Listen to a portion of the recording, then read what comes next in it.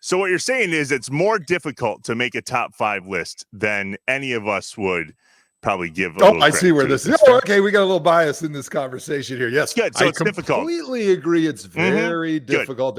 There is no doubt, and it reminds me of the conversation on my podcast, the Tom and Hawk Football Show, where we talk about, all right, who are the top 5 quarterbacks in the NFL, and you always make it a binary question. Are they a top 5 guy or are they not?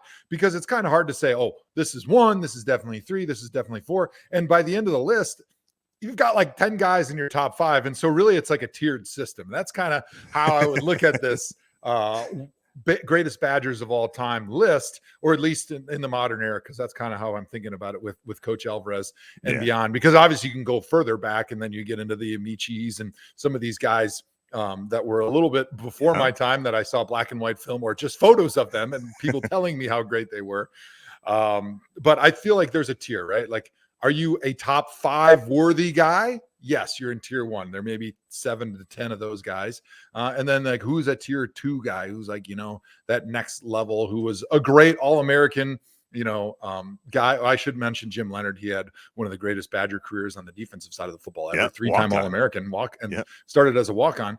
He should definitely be mentioned, and his legacy continues as one of the best defensive coordinators now in the NFL. So it's a fun conversation. We could have an hour's worth of this conversation. I just wanted to make sure you and I were good. But I feel like before we bring John on, we're good now. All right. You send me one of those beers that I'm sure you got in a little mini cooler somewhere, because there's a couple. There might be a few back there. Then we'll call it even. I appreciate it, my man.